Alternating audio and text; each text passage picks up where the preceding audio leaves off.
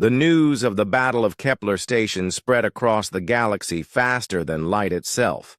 Within hours, every military commander in known space had heard about the 4 human ships that had destroyed 40 Vorthak vessels without taking a single hit in return. War Master Zektoth's message reached the Vorthak High Command just as they were planning their next major offensive. The message was brief but terrifying. Humans have deployed unknown superweapons. Recommend immediate strategic withdrawal before total fleet destruction. Supreme War Master Capcut read the report 3 times before believing it. Zektoth was one of their most competent commanders, not given to panic or exaggeration. If he said the humans had superweapons, then something unprecedented had happened. Contact all fleet commanders, Capcut ordered. Implement Protocol 7 immediately. Protocol 7 was the Vorthak Empire's emergency retreat plan designed for situations where they faced an enemy they couldn't defeat. It had never been used before in the Empire's 1,000-year history of conquest. Within days, Vorthak fleets across the galaxy began withdrawing from their conquered territories. They left behind abandoned bases, confused allies, and a power vacuum that would take years to fill. At Earth's Strategic Command, General Patricia Hayes read Commodore Morgan's after-action report with a mixture of pride and horror. The battle had been a complete success by any military standard, but the political consequences were going to be complicated. "Admiral Hudson," she called out, "we need to talk." Admiral Frank Hudson approached her desk, already knowing what the conversation would be about. "The Galactic Council is calling for another emergency meeting, isn't it? 3 different ambassadors have contacted Earth demanding explanations," Patricia confirmed. "Apparently our minimal defensive engagement created a debris field visible from 6 star systems. How many Vorthak ships did we actually destroy?" 40 confirmed kills. 20 more ships fled with heavy damage. Commodore Morgan's task force suffered 0 casualties and reported minimal ammunition expenditure. Admiral Hudson rubbed his temples. "Let me guess. She used point defense systems and training missiles." "Exactly. What we consider practice ammunition, the galaxy considers weapons of mass destruction." Meanwhile, at the Galactic Council chambers, another emergency session was underway. This time, the atmosphere was very different from previous meetings. Instead of desperation, there was a mixture of relief and terror. Admiral Kexathera stood before the council, delivering her report on the human intervention. Her crystal features reflected the holographic displays showing the retreating Vorthak fleets. "The human task force performed exactly as promised," she reported. "They stopped the Vorthak advance and forced a general retreat across all fronts." "At what cost?" asked Speaker Nothram nervously. "That's complicated," Kexathera admitted. "The humans suffered no casualties and used what they describe as minimal force."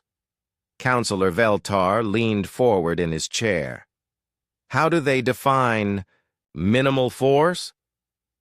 "Apparently they only used their secondary weapon systems and practice ammunition. According to Commodore Morgan, they were being very careful not to cause excessive damage." The council chamber fell silent as everyone processed this information. If the humans had destroyed 40 enemy ships while being careful, what would happen if they actually tried to fight seriously? "There's more," Kexathera continued.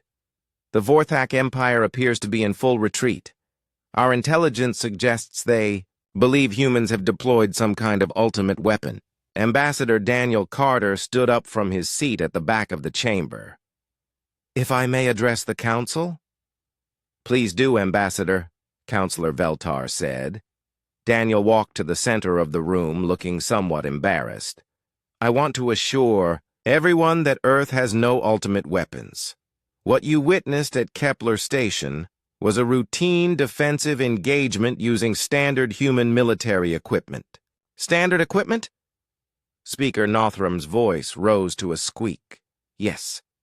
Commodore Morgan's task force consists of light patrol vessels. They're not even considered frontline warships by our standards. The implications of this statement hit the Council like a physical blow. If these were light patrol vessels, what were human frontline warships capable of? Ambassador, Counselor Veltar said carefully, what would constitute a major engagement by human standards? Daniel thought about this question seriously. Well, that would involve our main battle fleet. We have 12 super dreadnoughts, 30 heavy battleships, and about 200 support vessels. And their weapons?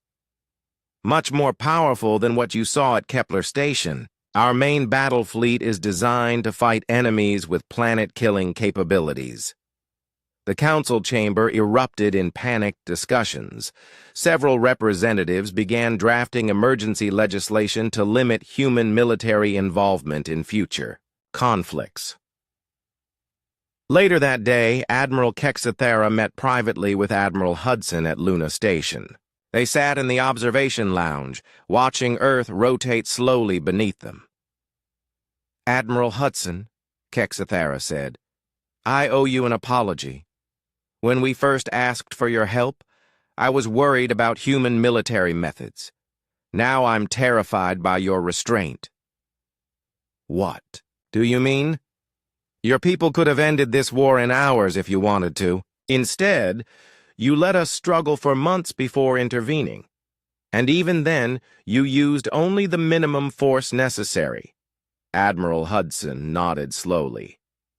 That's the human way, Admiral. We prefer to solve problems without violence when possible. When violence becomes necessary, we try to end it quickly. But the power you displayed, it's beyond anything the galaxy has ever seen. Earth has been preparing for threats that most species can't imagine, Admiral Hudson explained. Our military doctrine assumes we might face enemies with star-destroying weapons or reality-altering technology. Conventional galactic warfare is less challenging than what we train for. Kexathera was quiet for a long moment. What happens now? Now we help you rebuild, Admiral Hudson said. Human engineering corps are already heading to the damaged systems. We'll help restore the space stations and clear the debris fields. And if there are future conflicts, Admiral Hudson smiled grimly. Let's hope there aren't any. The galaxy has seen what happens when humans fight defensively. I don't think anyone wants to find out what happens when we fight offensively. Back at the Galactic Council, the final vote was unanimous. The new Galactic Defense Treaty included several specific clauses regarding human military assistance. Article 12. Human military forces may be requested only in cases of existential threat to galactic civilization. Article 13. All civilian populations within 50 light years of human combat operations must be evacuated prior to engagement. Article 14. Human forces are authorized to use their discretion in defining minimal force, but are requested to provide advance warning when possible. Ambassador Daniel. Carter signed the treaty on behalf of Earth, though he still didn't fully understand why everyone seemed so nervous about human military capabilities. As the council session ended, Speaker Nothram approached him privately. Ambassador, Nothram said, can I ask you a personal question? Of course. When humans fight among yourselves, how do you avoid destroying your entire planet? Daniel looked puzzled. We don't fight with military weapons in populated areas. That would be irresponsible. But what do you use for personal conflicts? Words, mostly. Sometimes lawyers. Nothram considered this. Perhaps that explains why you're so terrifying in space. You save all your violence for enemies who really deserve it. 6 months later, the galaxy had settled into a new normal. The Vorthak Empire had retreated beyond the galactic rim and showed no signs of returning. Trade routes were reopening, and reconstruction was proceeding faster than anyone had expected. Commodore Lisa Morgan, now promoted to Admiral, maintained her patrol duties along the frontier. Her task force had been expanded to include alien liaison officers who helped explain human intentions to worried civilian populations. The war was over, but everyone understood that it had ended not through superior strategy or advanced technology, but because humanity had chosen to fight gently. The knowledge that humans possessed such overwhelming power, yet used it so carefully, became the foundation of a new galactic peace. And in the depths of space, human patrol ships continued their quiet missions, ready to defend the innocent while trying very hard not to accidentally save the galaxy too enthusiastically. The stars around Proxima Centauri had been quiet for 3 months. Admiral Kyle Morrison stood on the bridge of the UES Liberty, watching the sensor displays with the same calm attention he gave his morning coffee. The border patrol had been routine until today. Now, 17 unknown ships hung in space just outside the system's edge, their hulls gleaming with strange metals that human sensors had never seen before. "Admiral, we're getting a transmission," said Lieutenant Commander Sarah Williams from the communications station. Her voice carried that careful, neutral tone that experienced officers used when something big was happening. "Put it through," Morrison replied, straightening his uniform. First contact protocols had been drilled into every human officer since the colonies began expanding beyond Earth's solar system. Nobody expected it to happen on a Tuesday. The main screen flickered, then resolved into an image that made several bridge crew members take involuntary steps backward. The alien was tall, maybe 8 feet, with chitinous armor that looked like it had grown from its body rather than been manufactured. Its face was angular, with 4 eyes arranged in a diamond pattern and a mouthful of teeth that seemed designed for tearing rather than talking. "I am War Commander Thexvel of the Zephyrian Empire," the creature said in perfect, if oddly accented, English. "You will identify yourselves and prepare for integration into our domain." Morrison felt a small smile tug at the corner of his mouth. He'd read about this moment in history books, studied it in tactical courses, but experiencing it was something else entirely. "I'm Admiral Kyle Morrison of the United Earth Systems. Welcome to human space. I'm afraid we're not familiar with your integration process." The alien's 4 eyes focused on Morrison with what might have been surprise. "You are not familiar because you have not yet been conquered. This will be corrected. Your species will submit to Zephyrian authority. Your worlds will become productive members of our empire. Resistance will result in complete destruction." Captain Lisa Brooks, commanding the UES Denver from the patrol formation, opened a private channel to Morrison. "Admiral, are you seeing what I'm seeing? This thing just walked into our space and demanded we surrender." "I see it, Captain," Morrison replied quietly. "Maintain position and let me handle the talking." Morrison turned his attention back to the war commander. "That's quite an offer, but I'm going to have to decline. We're pretty happy with our current government situation." Thexvel's head tilted in a way that suggested confusion. "You decline? You are a species of small, soft creatures in primitive vessels. We have conquered 47 worlds. Your refusal is meaningless." The smile on Morrison's face grew a little wider. Around the bridge, other crew members began showing similar expressions. It wasn't mockery exactly, but something that seemed to make the alien uncomfortable. 47 worlds, Morrison repeated. "That's impressive. How long did those conquests usually take? The longest resistance lasted 6 of your solar days, Thexval said, his voice carrying what sounded like pride. Most submit within hours, once they understand the futility of opposition. 6 whole days, Morrison said, nodding thoughtfully. Well, I appreciate you taking the time to explain your position. Unfortunately, we're going to have to pass on the whole conquest thing. Nothing personal. The war commander's 4 eyes narrowed.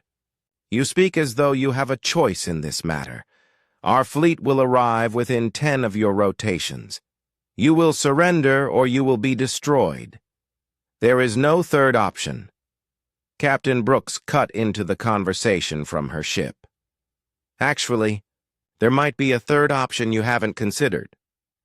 Captain Brooks, Morrison said, with gentle warning in his voice, though his smile never faded. What third option?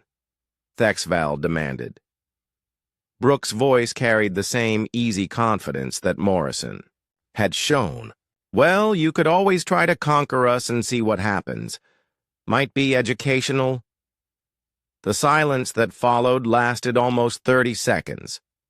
When Thexval spoke again, there was something different in his voice. You mock us. You believe you're by. Small fleet can stand against the might of the Zephyrian Empire. We're not mocking anybody, Morrison said gently. We're just not interested in being conquered today. Maybe try the Centauri colonies. I hear they're lovely this time of year. Lieutenant Commander Williams looked up from her station. Admiral, we're detecting movement from their fleet. They're backing off to what looks like a safe distance. Morrison nodded. War Commander, we appreciate you stopping by to introduce yourselves. If you change your mind about the whole conquest idea, feel free to give us a call. We'll be here. This conversation is over, Thexval snarled. When our fleet arrives, you will understand the error of your words. The Zephyrian Empire does not accept defiance. The transmission cut off, leaving the bridge in relative quiet. Morrison turned to address his crew, all of whom were wearing variations of the same slight smile that had seemed to disturb their alien visitor. Well, he said, that was interesting. Williams, get me a priority channel to Earth Command. Brooks, maintain patrol formation but start running deep scans on those ships. I want to know everything about their technology before they decide to come back with friends. Admiral, came Brooks's voice over the comm. Did you see how he reacted when we smiled? Almost like he'd never seen anything like it before. Morrison looked out at the stars where the alien ships had been. Probably hasn't. 47 conquered worlds, and I bet none of them smiled when they got the surrender ultimatum. Think they'll be back? Asked Lieutenant Commander Williams. Oh, they'll be back, Morrison said, his smile becoming something that would have made Thexval even more uncomfortable if he'd seen it. They conquered 47 worlds in however many years, and nobody ever said no before. They're not going to let us be the first. He turned to face his crew. Williams, when you talk to Earth Command, make sure they understand we're going to have company soon. Brooks, start pulling the patrol ships back to defensive positions, but do it slowly. No need to look panicked. Should we be panicked? Asked Ensign Tom Bradley from the navigation station. Morrison looked around his bridge at the faces of his crew. Good people, trained well, ready for whatever came next. The same kind of people who had walked out of caves and built cities, who had looked at oceans and built ships, who had stared at the stars and found a way to reach them. Panicked? Morrison said, his smile growing a little wider. No, I don't. Think panic is what we're feeling. As the UES Liberty and her escort ships began moving into defensive positions, Admiral Kyle Morrison found himself looking forward to seeing those alien ships again. It had been a long time since humanity had faced a real challenge, and he was curious to see how the Zephyrian Empire would handle meeting a species that didn't know how to give up. The stars around Proxima Centauri were quiet again, but it was the kind of quiet that came before something important happened. Morrison had the feeling that both species were about to learn something new about the universe. War Commander Thexaval stood in the communication chamber of his flagship, the Dominant Claw, staring at the holographic display that showed the face of Supreme Admiral Korthrex. The Supreme Commander of all Zephyrian forces looked exactly as intimidating as his reputation suggested, with battle scars covering the left side of his armored face and eyes that had watched the conquest of dozens of worlds. "Explain to me again why you have not yet begun the integration process," Korthrex said, his voice carrying the weight of absolute authority. Thexval fought the urge to show any sign of uncertainty. "Supreme Admiral, the humans responded to our standard ultimatum with what I can only describe as amusement. They declined our offer of peaceful integration and showed no fear when threatened with destruction." Amusement? Korthrex leaned forward in his command throne. "You allowed primitives to mock the Empire?" "They did not mock us directly, Supreme Admiral. They simply smiled and refused our demands as if they had the power to do so." Thexval paused, trying to find words for something he had never encountered before. "In 47 previous conquests, we have seen fear, anger, desperate negotiations, even suicidal defiance. We have never seen calm confidence." The Supreme Admiral's expression darkened. "Confidence born of ignorance, they have never faced the true might of the Empire. How many vessels did they deploy to meet your scout force?" 17 ships, Supreme Admiral. Small craft, clearly inferior to our technology." Korthrex made a dismissive gesture. 17 ships to face the might of the Empire. Their ignorance will be corrected swiftly." He turned to someone off-screen. "Prepare Conquest Fleet 7.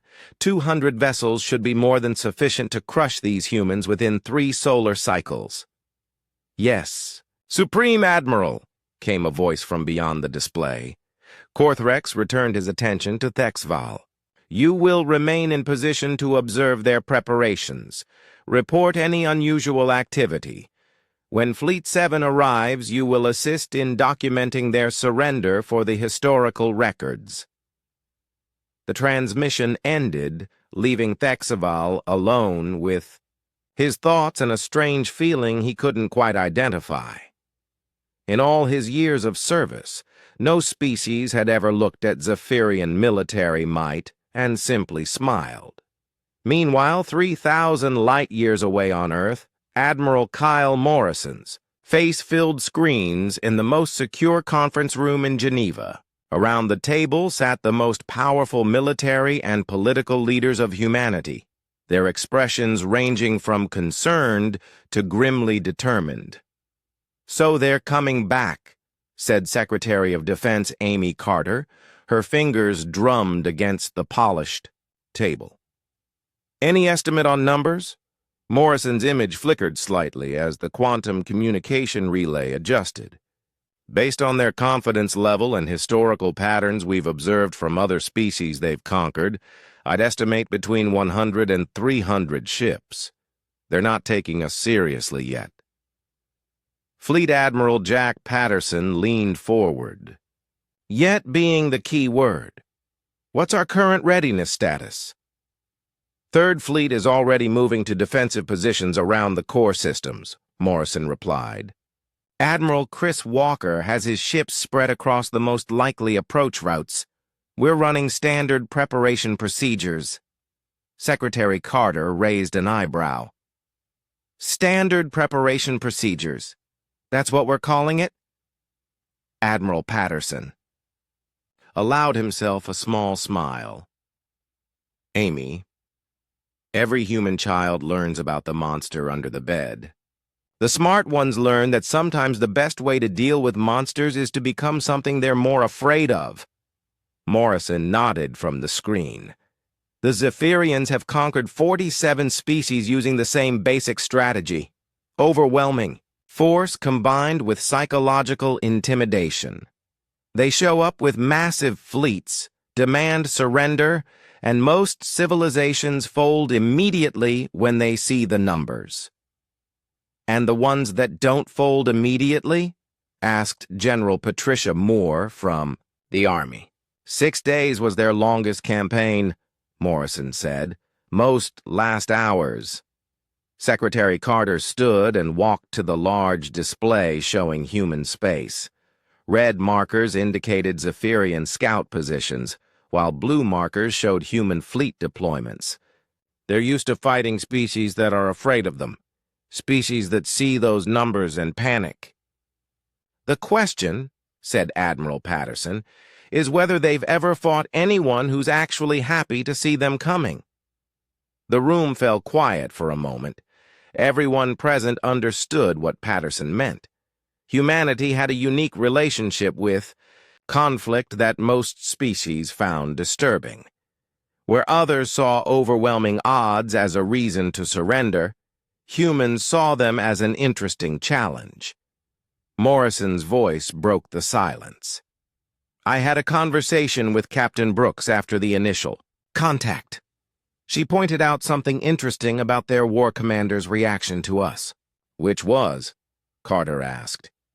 He seemed genuinely confused by our behavior. Not angry, not frustrated, but confused. Like he'd never encountered anything like it before.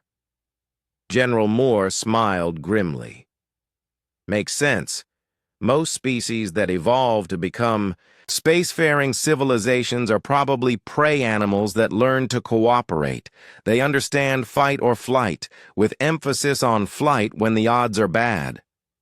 But not predators, Patterson added. Predators understand that sometimes the best time to attack is when your prey thinks it has you outnumbered. Morrison nodded. Exactly. We've got maybe 10 days before their main fleet arrives. That's enough time to make sure we're ready to give them a proper welcome. Secretary Carter returned to her seat. What do you need from us, Admiral? Permission to implement Protocol 7, Morrison said without hesitation. The room went very quiet. Protocol 7 was theoretical, developed by human strategists who had studied every available piece of information about galactic warfare. It was designed for exactly this situation, facing a technologically superior force that expected quick victory through intimidation. Admiral Patterson was the first to speak. That's a significant escalation, Kyle. Yes, sir, it is. But these Zephyrians have conquered 47 worlds using the same playbook. They're going to come at us expecting us to fold when we see their numbers. Protocol 7 ensures they get a very different reaction than they're expecting. Secretary Carter looked around the table, reading the expressions of her colleagues. All in favor? Every hand went up. Motion carried, Carter said. Admiral Morrison, you are authorized to implement Protocol 7. God help us all. Morrison's smile was visible even through the quantum relay distortion. Ma'am, if God wanted to help us, he wouldn't have made us this stubborn. As the conference ended and the leaders of humanity began implementing their preparations, Admiral Chris Walker received new orders aboard his flagship in the outer system. He read them twice, then called his senior staff together. Ladies and gentlemen, he announced to his gathered officers, we're about to host some visitors who think they know how this is going to go. Our job is to make sure they have a memorable experience. Captain Nina Rodriguez, commanding the UES Valor, raised her hand. Admiral, are we really going to let them get close enough to see our defensive positions? Walker's smile matched the one Morrison had worn during first contact.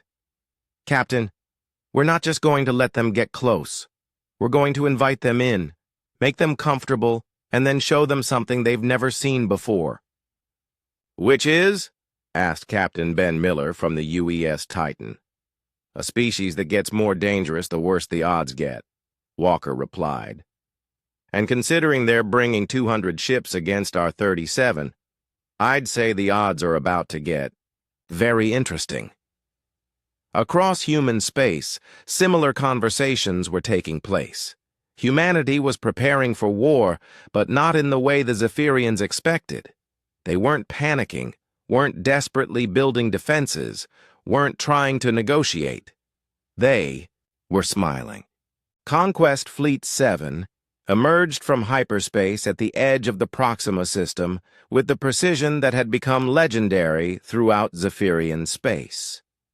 200 warships arranged themselves in the dominance formation, a pattern designed to demonstrate overwhelming superiority to any species foolish enough to resist the Empire's expansion. Commander Velthar, leading the vanguard aboard the ship crushing Victory, studied his tactical displays with satisfaction. The human defensive positions were exactly what he expected from a primitive species. A thin line of 37 vessels spread across the system's inner approaches. It was almost insulting how easy this would be. "Commander," his tactical officer reported, "the humans are moving to intercept, single formation, maintaining their pathetic numbers." Velthar's mandibles clicked in what passed for Zephyrian laughter. 37 ships against 200. Either they are completely insane or too primitive to understand basic mathematics. War Commander. Thexval's voice crackled over the command frequency from his position with the main fleet. "Remember, Commander, these humans showed unusual confidence during first contact. Do not underestimate their desperation." "Understood, War Commander," Velthar replied, though privately he thought Thexval was being overly cautious. Desperation was common among species facing conquest. Confidence was just another word for ignorance. Captain Steve Johnson stood on the bridge of the UES Phoenix, watching the massive alien fleet deploy into what was obviously meant to be an intimidating formation. Around him, his crew worked with the calm efficiency that marked veteran spacers, but there was something else in their demeanor that would have puzzled the Zephyrians. Anticipation. "Captain," called Lieutenant Commander Ryan Clark from the tactical station, "we're getting a transmission from the lead alien vessel." "Put it through," Johnson said, adjusting his uniform and making sure his expression was appropriately relaxed. The screen filled with the image of Commander Velthar, his chitinous armor gleaming under the harsh lighting of his bridge. "I am Commander Velthar of Conquest Fleet 7. You will power down your weapons and prepare to be boarded. Compliance will result in swift integration into the Empire. Resistance will result in your complete destruction." Johnson nodded thoughtfully, as if considering a reasonable business proposition. "That's quite an offer, Commander. I'm Captain Steve Johnson of the UES Phoenix. I'm afraid we're going to have to decline your integration offer, but thanks for asking nicely." The alien commander's 4 eyes focused on Johnson with obvious confusion. "You decline? You face 200 vessels of the Imperial fleet with fewer than 40 primitive ships. Surely you understand the impossibility of your position." "Oh, we understand the math," Johnson replied with a smile that didn't reach his eyes. "We're just not very good at giving up. It's kind of a species trait." From the UES Valor, Captain Nina Rodriguez cut into the conversation. "Commander Velthar, was it? Before we get started, would you mind if I asked you a question?" Velthar's head tilted in that characteristic Zephyrian gesture of confusion. "You wish to negotiate terms of surrender?" "Not exactly," Rodriguez said, her voice carrying the same easy confidence that Johnson had displayed. "I was just wondering, In all those 47 worlds you've conquered, did any of them ever make it interesting for you? The silence that followed lasted almost a full minute. When Velthar finally spoke, there was uncertainty in his voice for the first time. Interesting? Captain Ben Miller joined the conversation from the UES Titan. What my colleague means is, did any of those species ever give you a real fight? Make you work for it? We are the Zephyrian Empire, Velthar said, his voice regaining some of its original authority. Resistance is futile. Victory is inevitable. Right, but that doesn't really answer the question, said Commander Kelly Davis from the UES Storm. See, the thing is, we've been getting ready for this for a while now, and we're kind of curious to see how good you really are when someone fights back.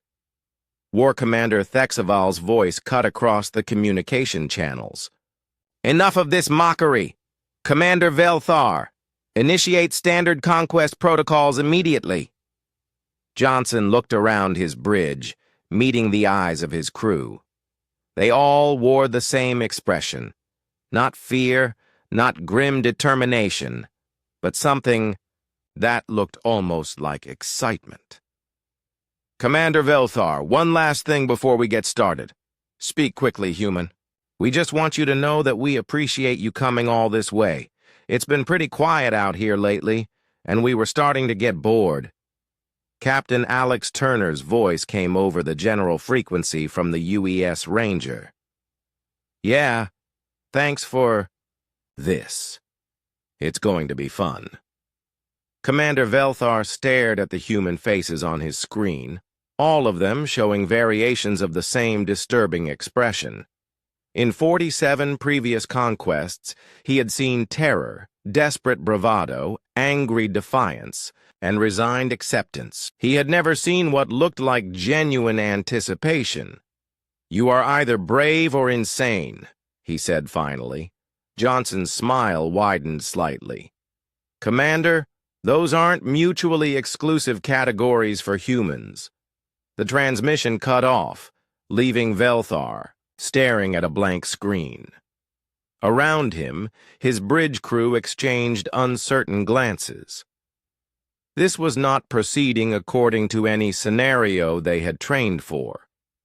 Commander, his tactical officer said hesitantly, should we initiate the standard bombardment pattern? Velthar looked at his tactical displays, showing the human ships maintaining their loose formation despite being outnumbered more than 5 to 1. Standard doctrine called for immediate overwhelming assault to break enemy morale. But something about the humans' behavior was triggering warning instincts that Velthar couldn't quite identify. Commander, came Thexaval's voice over the command frequency, why have you not begun the attack? War Commander, the humans are behaving in a manner inconsistent with previous conquest scenarios. Recommend proceeding with caution. Caution? Thexaval's voice carried disbelief.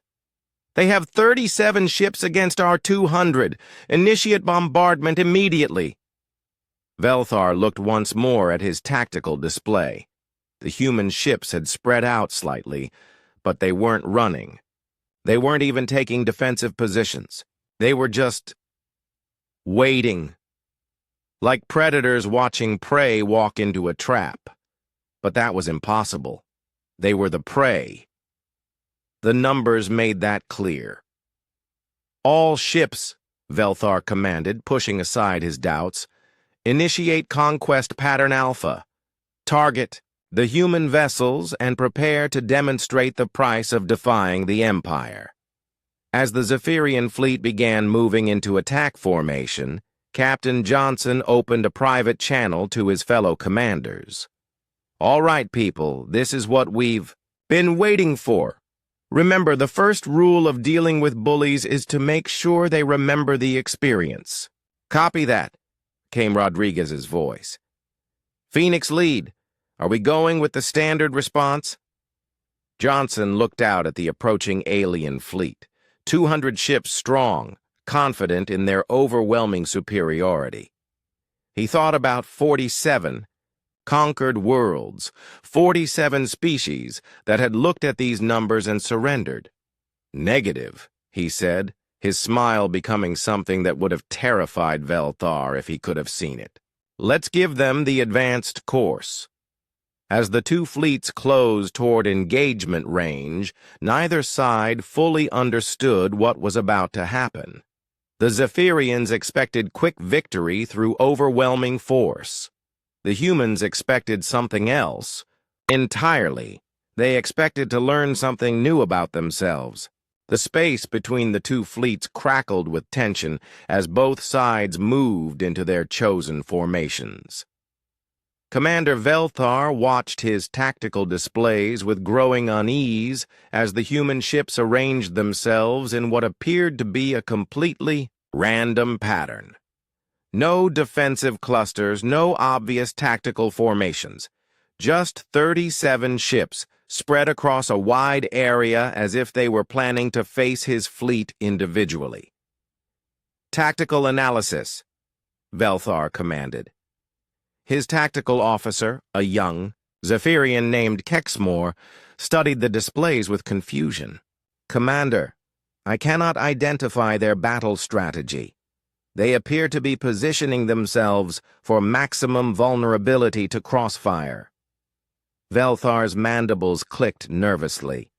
In 4 decades of military service, he had never encountered an enemy that deliberately weakened their defensive position before battle. Perhaps they are even more primitive than we thought. War Commander Thexval's voice came over the command frequency. All units, maintain Conquest Pattern Alpha. Remember, we are facing an inferior species with obsolete technology. Victory is assured. But even as Thexval spoke the words, he found himself studying the human formation with the same confusion that plagued Velthar. The humans weren't panicking, weren't desperately trying to maximize their defensive capabilities, weren't even attempting to retreat to more favorable terrain. They were just there, waiting. Captain Steve Johnson stood on the bridge of the UES Phoenix, coordinating final preparations with his fellow commanders. The casual atmosphere on human ships would have been incomprehensible to the Zephyrians, who approached battle with rigid discipline and grim determination. Phoenix lead. This is Titan, came Captain Ben Miller's voice over the comm. We're in position and ready to proceed. My crew's asking if they can take bets on how long it takes the aliens to figure out what's happening. Tell them to keep the betting pools small, Johnson replied with amusement. We don't want to bankrupt anyone if this goes longer than expected. Commander Kelly Davis joined the conversation from the UES Storm. Storm here. My tactical officer wants to know if we're really going to let them get the first shots. That's the plan, Johnson confirmed. Remember, the point isn't just to win. The point is to teach them something they'll never forget. Captain Nina Rodriguez's voice carried a note of anticipation. Valor standing by. I have to say it's been too long since we've had a proper challenge. Captain Alex Turner laughed from the UES Ranger. Challenge? Nina, there are 200 of them and 37 of us. Some people might call this suicide. Some people, Rodriguez replied, never learn to count properly. The exchange would have baffled any Zephyrian listening, but human military culture had developed along different lines than most species. Where others saw overwhelming odds as cause for despair, humans saw them as an opportunity to prove something important about themselves. Commander Velthar opened a final communication channel to the human fleet. Human vessels, this is your last opportunity to surrender. Power down your weapons and prepare to be boarded. Continued resistance will result in your complete destruction. Johnson's face appeared on Velthar's screen, still wearing that disturbing expression of calm confidence. "Commander, we appreciate the offer, but we're going to have to pass. Nothing personal." "You face certain death," Velthar snarled, his patience finally breaking. 200 ships against your pathetic force.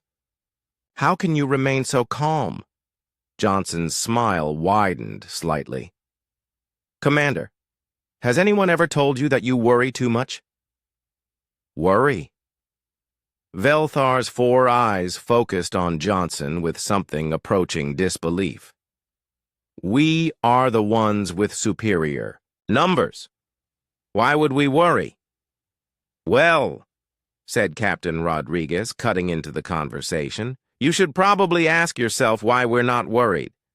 The communication cut off, leaving Commander Velthar staring at a blank screen while his bridge crew exchanged nervous glances. For the first time in his military career, Velthar found himself questioning whether overwhelming numerical superiority guaranteed victory.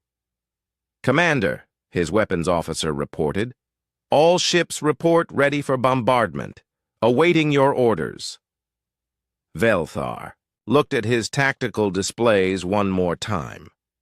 The human ships maintained their scattered formation, making no attempt to concentrate their firepower or protect their weaker vessels.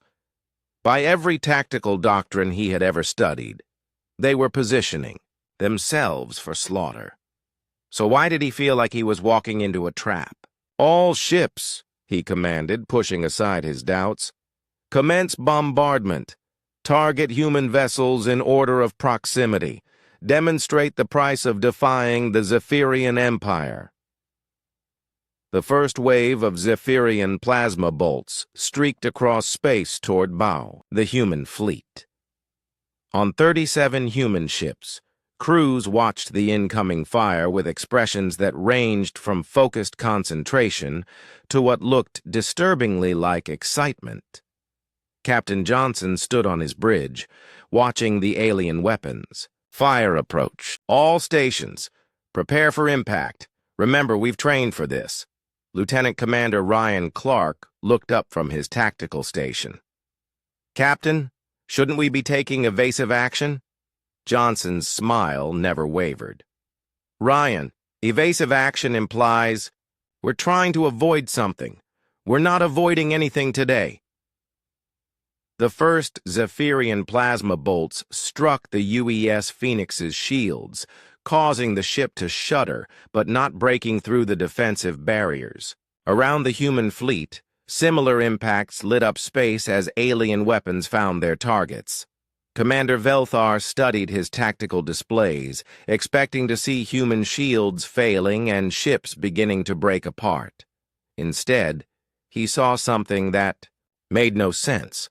The human vessels were absorbing the bombardment and continuing to maintain their positions. "Tactical report," he demanded. "Commander, human shield technology appears more advanced than intelligence suggested. Several direct hits, but no confirmed kills. They're not even attempting evasive maneuvers." Velthar's unease grew stronger. Species that couldn't evade incoming fire were usually species that had already given up. But the humans weren't acting like they had given up. They were acting like they were exactly where they wanted to be. "Increase bombardment intensity," he ordered. "Concentrate fire on individual targets." The second wave of Zephyrian fire was heavier, more focused. On the UES Phoenix, shields began to fluctuate under the increased assault. Sparks flew from several control panels as the ship's system strained to absorb the punishment. "Shield strength down to 70%, reported Lieutenant Commander Clark. "Excellent," Johnson replied, his smile becoming something that would have given Velthar nightmares. "Right on schedule." "Sir?" Clark asked, confusion clear in his voice. Johnson opened a channel to his fellow commanders. "All ships, Phase 1. Complete. Alien weapons effectiveness confirmed within expected parameters. Proceed to Phase 2. Copy that, Phoenix Lead, came Miller's voice from the Titan. Beginning Phase 2 protocols. Commander Velthar watched in growing horror as the human ships began to change. What had looked like random positioning suddenly revealed itself as something else entirely. The scattered human vessels weren't vulnerable targets. They were individual elements of a formation he had never seen before. "Commander," his tactical officer reported, his voice carrying uncertainty. "The human ships are beginning some kind of coordinated maneuver. I cannot identify the pattern." Velthar stared at his displays as 37 human ships began moving. With synchronized precision, their seemingly random positions transforming into something that looked almost artistic in its complexity. "What are they doing?" he whispered. War Commander Thexaval's voice crackled over the command frequency, carrying the first note of uncertainty Velthar had ever heard from his superior. "All units, maintain bombardment. The humans are attempting some form of desperate tactical gambit." But even as Thexaval spoke, he found himself studying the human formation with growing dread. In 47 previous conquests, no species had ever responded to overwhelming force by becoming more organized. They had panicked, broken formation, attempted desperate escapes, or simply surrendered. None of them had ever smiled and asked for more. The transformation of the human fleet from scattered individuals into a coordinated force happened with a speed that defied Zephyrian understanding of space combat. What Commander Velthar had interpreted as random positioning revealed itself to be something far more sophisticated. A formation designed to absorb punishment while setting up for a counterattack that would come from directions the aliens hadn't anticipated. "All human vessels, this is Phoenix Lead," Captain Johnson's voice carried across the fleet communications. "Phase 2 is now active. Remember, we're not just fighting for humanity today. We're fighting to teach these people something important about what happens when you pick a fight with the wrong species." The UES Phoenix shuddered under another concentrated barrage from Zephyrian plasma cannons. Shield strength dropped to 50%, then 40%, but Johnson's expression never changed from that calm, almost pleased smile that was becoming the signature of human resistance. Lieutenant Commander Ryan Clark looked up from his damage reports with concern. "Captain, at this rate our shields will fail within 10 minutes. Shouldn't we be returning fire?" "Not yet," Johnson replied, watching his tactical displays with the patience of a predator waiting for exactly the right moment. "Let them get comfortable. First." Captain Ben Miller's voice came over the comm from the UES Titan, which was taking even heavier fire than the Phoenix. "Phoenix Lead, my ship's taking a real beating over here. My chief engineer is starting to give me worried looks." "Tell your chief engineer that worried looks are premature," Johnson replied. "We're still in the learning phase." Commander Velthar studied his tactical displays with growing confusion. The human ships were absorbing tremendous punishment, their shield readings dropping steadily under concentrated Zephyrian fire. By all tactical doctrine, they should be breaking formation, attempting to retreat, or at least returning fire in a desperate attempt to reduce the incoming bombardment. Instead, they maintained their positions with mechanical precision, as if the devastating fire pouring into them was exactly what they had expected and wanted. "Commander," his weapons officer reported, "several human vessels are showing significant shield degradation. Their defensive capabilities are clearly inferior to our weapons technology." "Then why," Velthar asked quietly, "do they look like they're exactly where they want to be?" War Commander Thexval's voice cut across the command frequency.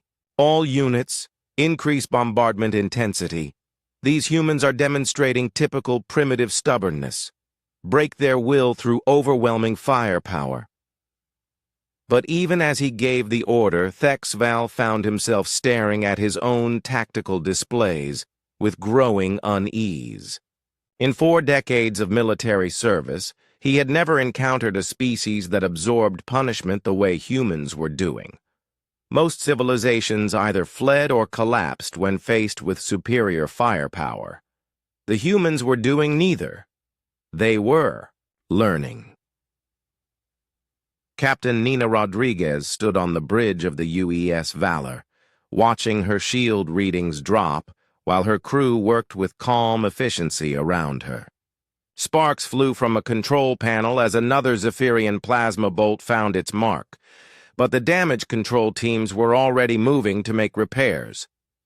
"Captain," her tactical officer reported, "shields are down to 30%. We're taking damage to secondary systems." Rodriguez nodded, still wearing that characteristic human smile. "Excellent. Pass the word to all stations. Phase 2 is proceeding exactly as planned." "Ma'am?" the tactical officer asked hesitantly. "Taking this much damage was planned?" "Everything's going according to plan," Rodriguez replied, "including the part where we find out exactly how much punishment we can take before we stop being polite." The UES Storm, under Commander Kelly Davis, was positioned at what appeared to be the most vulnerable point in the human formation. Zephyrian fire concentrated on her ship as the aliens attempted to break what they perceived as the weakest link in human defenses. "Commander," her chief engineer reported over the internal comm, "we're taking heavy damage to the outer hull sections. At this rate, we'll have breach alerts within minutes." Davis looked around her bridge at her crew, all of whom were working with the kind of focused intensity that marked humans under pressure. "Chief, how are the backup systems holding up?" "All backups are green, Commander. We're built for this kind of punishment." "Good," Davis replied, her smile becoming something that would have terrified the Zephyrians if they could have seen it. "Because we're about to find out just how well we're built." Captain Alex Turner's UES Ranger was taking fire from 3 different Zephyrian ships, the concentrated bombardment pushing his vessel's shields to their absolute limits. His bridge crew worked with grim determination, routing power from non-essential systems to maintain defensive integrity. "Captain," his navigation officer called out, "we've got structural damage on decks 7 through 9. Should we request support from the rest of the fleet?" Turner looked at his tactical display, showing 37 human ships all taking similar punishment while maintaining their precise formation. "Negative. Everyone's exactly where they need to be." "Sir, with respect, we're getting hammered. This can't be sustainable." Turner's smile matched those of his fellow captains. "Ensign, sustainable was never the point. The point is to show them what happens when someone fights back." Commander Velthar watched the tactical displays with growing horror as he began to understand what he was seeing. The human ships weren't just absorbing punishment, they were studying it, learning from it. Every plasma bolt that struck human shields was teaching them something about Zephyrian weapon capabilities, and somehow, impossibly, they seemed to be adapting in real time. "Commander," his tactical officer reported with uncertainty, "human shield efficiency is actually improving under bombardment. Their defensive systems appear to be learning our weapon frequencies." "That's impossible," Velthar said, but even as he spoke, he could see the evidence on his displays. Human ships that should have been crippled by concentrated fire were not only maintaining formation, but showing improved defensive capabilities. "Sir," his communications officer added, "we're detecting increased energy readings from human vessels. They appear to be redirecting power from damaged systems to strengthen their remaining capabilities." Velthar felt something he had never experienced in 40 years of military service. Doubt about the outcome of a battle where his forces held overwhelming numerical superiority. Captain Johnson stood on his bridge, watching shield readings that had dropped to 20%, while his crew worked around him with the kind of calm efficiency that marked humans at their best. Damage reports flowed in from across the ship, but instead of despair, there was something else in the air. Anticipation. "All stations," he announced over the ship's internal comm. "This is the captain. You've all done exceptional work absorbing everything these aliens could throw at us. Now it's time to show them what we learned." Lieutenant Commander Clark looked up from his tactical station. "Captain, are we finally going to return fire?" Johnson's smile became something that would have given War Commander Thexaval nightmares. "Ryan, we're not going to return fire. We're going to demonstrate why picking a fight with humans is a learning experience that most species don't survive." He opened a channel to the fleet. "All vessels, this is Phoenix Lead. Phase 2 complete. We now have comprehensive data on Zephyrian weapon capabilities, shield frequencies, tactical doctrine, and command structure. Initiate Phase 3. "Copy that, Phoenix Lead," came the voices of 36 other captains, all carrying the same note of anticipation. Commander Velthar watched his tactical displays as something impossible began to happen. The human ships, which moments before had been absorbing punishment like helpless targets, began to move with a coordination and precision that defied everything he thought he knew about space combat. "What are they doing?" he whispered. His tactical officer's voice carried fear for the first time. "Commander, I think they're showing us what they're really capable of." As 37 human ships began their counterattack, Commander Velthar finally understood the true meaning of those human smiles. They hadn't been expressions of confidence or bravado. They had been expressions of anticipation. The prey, he realized with growing horror, had never been prey at all. The Zephyrian Conquest Fleet 7, which had entered the Proxima system expecting swift victory over primitive humans, now found itself in the unprecedented position of being systematically hunted by an enemy that seemed to thrive on taking damage. Commander Velthar watched his tactical displays with the growing certainty that everything the Empire thought it knew about warfare was wrong. "All units, attempt withdrawal to Rally Point Gamma," War Commander Thexval's voice carried. Desperation across the Zephyrian command frequency. "Regroup for coordinated counterattack," but withdrawal proved impossible. The human ships, despite showing catastrophic damage levels that should have left them drifting hulks, moved with predatory precision to cut off every escape route. Captain Johnson's Phoenix, her hull breached in 17 places and operating on emergency power, positioned herself directly in the path of retreating Zephyrian vessels. "Commander Velthar." Johnson's voice cut across the communication channels with that same unsettling calm. "Where are you going? We were just getting to know each other." Admiral Patterson's reinforcement fleet had not joined the main battle, but instead formed a perimeter around the engagement zone, ensuring that no Zephyrian vessel could escape to carry word of defeat. The message was clear. This was not just a battle, but a demonstration. Captain Alex Turner's UES Ranger had been reduced to little more than a weapons platform held together by emergency force fields, but Turner continued to maneuver his ship with the kind of skill that defied Zephyrian understanding of how severely damaged vessels could remain combat effective. "Ranger lead to all ships," Turner reported with satisfaction. "Alien retreat protocols involve maintaining formation integrity. Even during withdrawal, they're more afraid of breaking ranks than they are of dying." The observation proved accurate as Zephyrian ships attempted to maintain their careful formation patterns even while under concentrated human fire. Where other species might have scattered, to survive, the Zephyrians held their positions with military discipline that made them predictable targets. Commander Kelly Davis, her UES Storm showing damage that would have scrapped any civilian vessel, brought her ship alongside a Zephyrian heavy cruiser and opened fire at ranges so close that both ships' shields interfered with each other.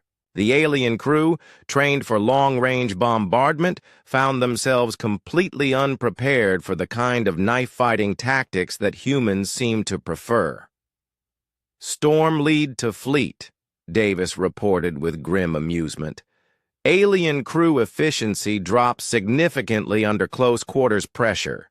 They're not used to enemies who want to get personal." War Commander Thexaval found himself facing a tactical situation that none of his training had prepared him for. Human ships that should have been destroyed continued fighting. Human formations that should have broken under concentrated fire held together through pure stubbornness. Human tactics that should have been suicidal proved devastatingly effective. "Sir," his tactical officer reported with barely controlled panic, "we've lost 37 ships. Human casualties remain minimal despite extensive damage to their vessels." Thexval stared at his displays, trying to comprehend how an enemy could absorb such punishment while maintaining combat effectiveness. How is this possible? Captain Ben Miller's UES Titan provided the answer by demonstrating it in real time.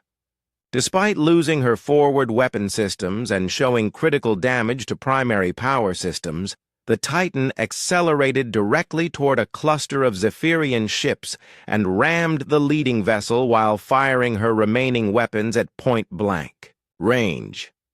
"Titan lead to all ships," Miller's voice carried excitement rather than desperation.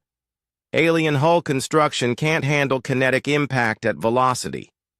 Recommend ramming attacks for maximum effectiveness."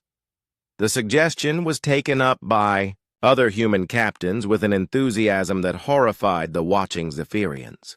Captain Nina Rodriguez brought her UES Valor, already showing massive structural damage, alongside a Zephyrian command ship and began using her vessel as a battering ram while continuing to fire her weapons. "This is insane!" Commander Velthar transmitted to the human fleet. "You're destroying your own ships." Johnson's face appeared on Velthar's screen again, still wearing that disturbing smile. "Commander, you seem to be operating under a misconception." "What misconception?" "You think we're trying to preserve our ships," Johnson replied, his expression becoming something that would haunt Velthar's nightmares. "We're not trying to preserve anything, Commander. We're trying to teach you something important about what happens when you threaten our people."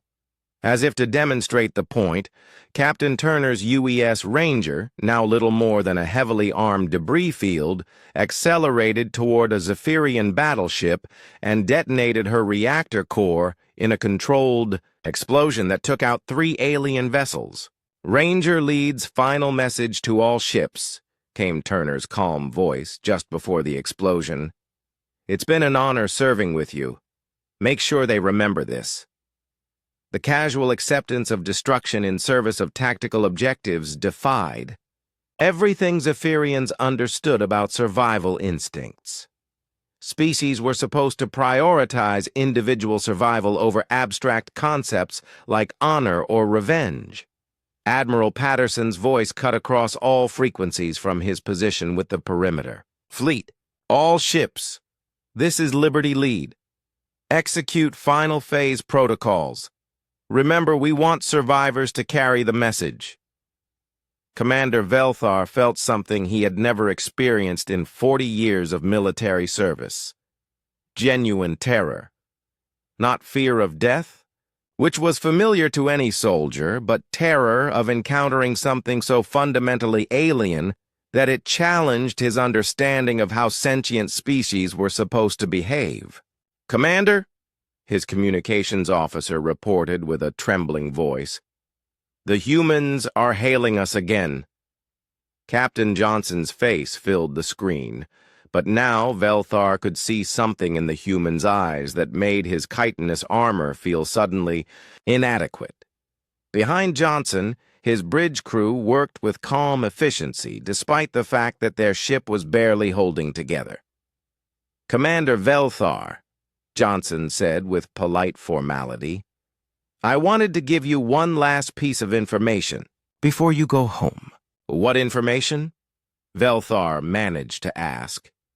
Johnson's smile became something that would have given Supreme Admiral Korthrex nightmares. "For the past 47 conquests, you've been fighting species that evolved from prey animals.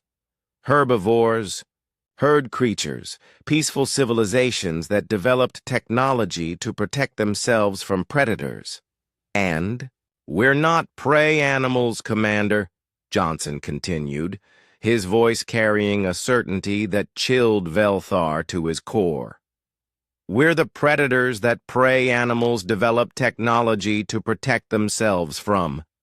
We're the monsters that taught every other species on our planet to be afraid of the dark." Around the battlefield, the last Zephyrian ships found themselves surrounded by human vessels that should have been destroyed but continued fighting with mechanical determination.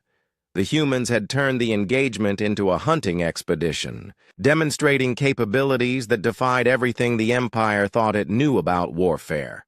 "The thing about predators, Commander," Johnson added, his expression becoming something that would haunt Zephyrian nightmares for generations, "is that we don't just kill our prey.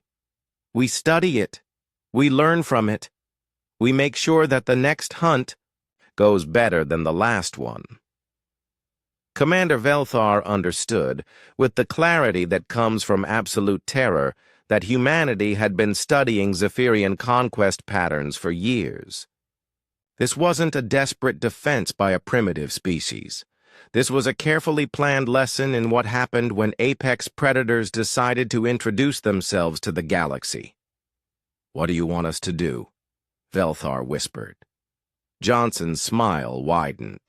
"We want you to run, Commander. We want you to go home as fast as your ships can carry you. And we want you to tell everyone in your empire exactly what you learned here today." "Which is? Humanity is no longer interested in being anyone's prey," Johnson replied. "We're open for business in this galaxy, and business, as they say, is very good indeed." The remnants of Conquest Fleet 7 limped away from the Proxima system, carrying news that would change the balance of power in the galaxy forever. Of the 200 ships that had arrived expecting swift victory over primitive humans, only 43 remained functional enough to make the journey home. Commander Velthar sat in his damaged command chair, staring at reports that defied everything he thought he understood about warfare. "Sir," his tactical officer reported with a voice that still carried shock, "final casualty assessment shows we lost 157 vessels. Human losses appear to be minimal." Velthar nodded absently, his mind still trying to process what he had witnessed. Ships that should have been destroyed continuing to fight. Crews that should have panicked maintaining perfect discipline while their vessels disintegrated around them. Tactics that should have been suicidal proving devastatingly effective. "Sir, should we transmit our report to High Command?" his communications officer asked hesitantly. "Yes," Velthar replied, though he dreaded the conversation that would follow. "Send everything. Battle recordings, tactical analysis, casualty reports, all of it." 3 days later, in the highest chambers of the Zephyrian Empire, Supreme Admiral Korthrex reviewed the reports from Proxima with growing disbelief. Around him, the Empire's most senior military commanders studied the battle recordings with expressions ranging from confusion to outright terror. "This cannot be accurate," declared Admiral Morthex, commander of the Second Fleet. "No species fights like this. No species accepts such casualties while maintaining tactical effectiveness." Supreme Admiral Korthrex replayed the final moments of the battle, watching human ships that were barely holding together continue their methodical destruction of Zephyrian forces. "The recordings do not lie, Admiral. We have encountered something new.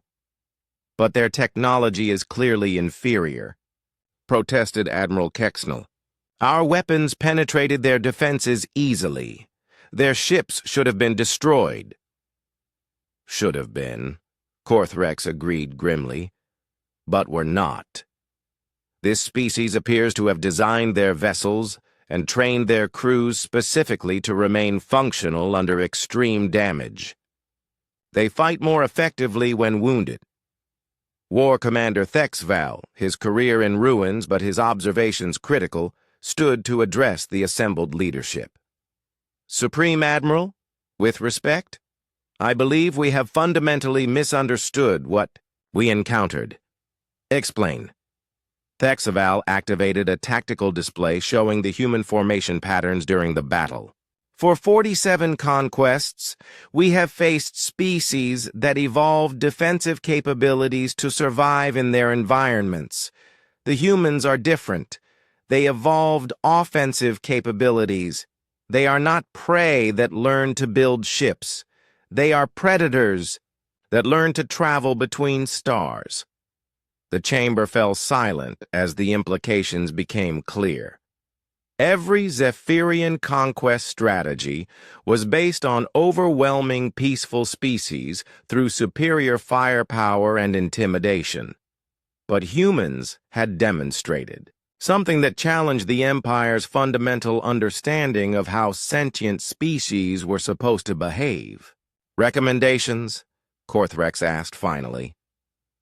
"Immediate cessation of expansion activities in human space," Thexval replied without hesitation.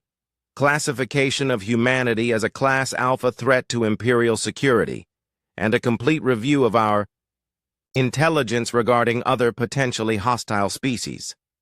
Admiral Morthex stood abruptly. "You're suggesting we retreat from primitives? The Empire does not retreat." "The Empire," Thexval replied calmly, "has never encountered anything like humanity. These are not primitives, Admiral. These are apex predators who have been studying our methods for years and preparing a response specifically designed to counter our strengths." Meanwhile, in the Proxima system, Admiral Kyle Morrison stood on the bridge of the UES Liberty, watching repair crews work on the damaged ships of humanity's first Galactic Fleet action. Despite the devastating damage sustained by human vessels, morale was remarkably high. "Admiral," Captain Lisa Brooks reported from the UES Denver, "final damage. Assessment shows we can have most ships back to combat readiness within 2 weeks. Engineering teams are already implementing improvements based on battle data." Morrison smiled, the same expression that had so unsettled the Zephyrians. "Excellent work, Captain. What's our casualty count?" 17 killed, 43 wounded, mostly from the Ranger before Turner's final maneuver. The numbers would have amazed any Zephyrian analyst. Human ships had absorbed punishment that should have killed hundreds of crew members, but human damage control systems and crew training had kept casualties to levels that defied alien understanding of space combat. Admiral Patterson's voice came over the fleet communication system from Earth. "All ships, this is Patterson. Outstanding. Work out there. You've just taught the galaxy something important about humanity, and I suspect the lesson won't be forgotten anytime soon. Captain Johnson, his Phoenix heavily damaged but still operational, opened a channel to the fleet. Phoenix, lead to all ships. I wanted to thank everyone for a textbook demonstration of human military doctrine. When the history books are written, this engagement will be remembered as the day humanity introduced itself to the galaxy. Sir, came Captain Rodriguez's voice from the Valor. Any word on whether we can expect more visitors? Morrison looked out at the stars, knowing that news of humanity's capabilities was now spreading through Zephyrian space and beyond. I suspect we'll be receiving a lot more attention in the coming months, Captain. The question is whether our new neighbors will be coming as friends or enemies. Does it matter? Asked Captain Miller from the Titan, his voice carrying the same confident tone that had characterized human responses throughout the crisis. Morrison's smile widened. Ben, I don't think it matters at all. We've just demonstrated that humanity is open for business in this galaxy. Whether our customers want to trade or fight is entirely up to them. 3 weeks later, the first diplomatic contact from the Zephyrian Empire arrived at Earth, requesting a formal ceasefire and the establishment of peaceful relations. The message was transmitted by War Commander Thexval, who had been promoted to ambassador following his survival of the Proxima engagement. To the government of humanity, the message read, the Zephyrian Empire acknowledges your sovereignty over human space and requests the establishment of formal diplomatic relations. We wish to learn more about your people and explore opportunities for mutually beneficial cooperation. Secretary of Defense Amy Carter read the message aloud to the assembled leadership of Earth, noting the careful phrasing that avoided any mention of conquest or integration. Well, she said, setting down the communication, I think it's safe to say we got their attention. Admiral Patterson laughed. Amy, I think we got everyone's attention. Intelligence reports indicate that at least 6 other major galactic powers have put expansion plans on hold pending further analysis of recent developments in human space. Fleet Admiral Morrison, attending the meeting via quantum link from the Proxima station, added his own perspective. The interesting thing is, we never actually threatened anyone. We just demonstrated that attacking humanity is a learning experience that most species won't survive. So what happens now? Asked General Moore. Morrison's answer carried the same confidence that had characterized humanity's response from the beginning. Now we wait and see who wants to be friends and who wants to find out what we're really capable of. Either way, the galaxy knows we're here and we're not going anywhere. As Earth's leaders planned humanity's future in a galaxy that now knew they existed, similar conversations were taking place across dozens of worlds. The Zephyrian Empire issued its first-ever warning to allied species. Do not engage the humans. They smile when they fight.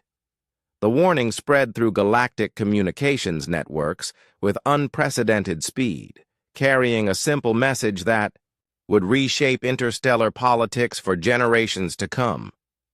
Humanity was no longer the unknown quantity lurking at the edge of civilized space. They were the apex predators who had just announced their presence to a galaxy full of prey animals. And they were smiling.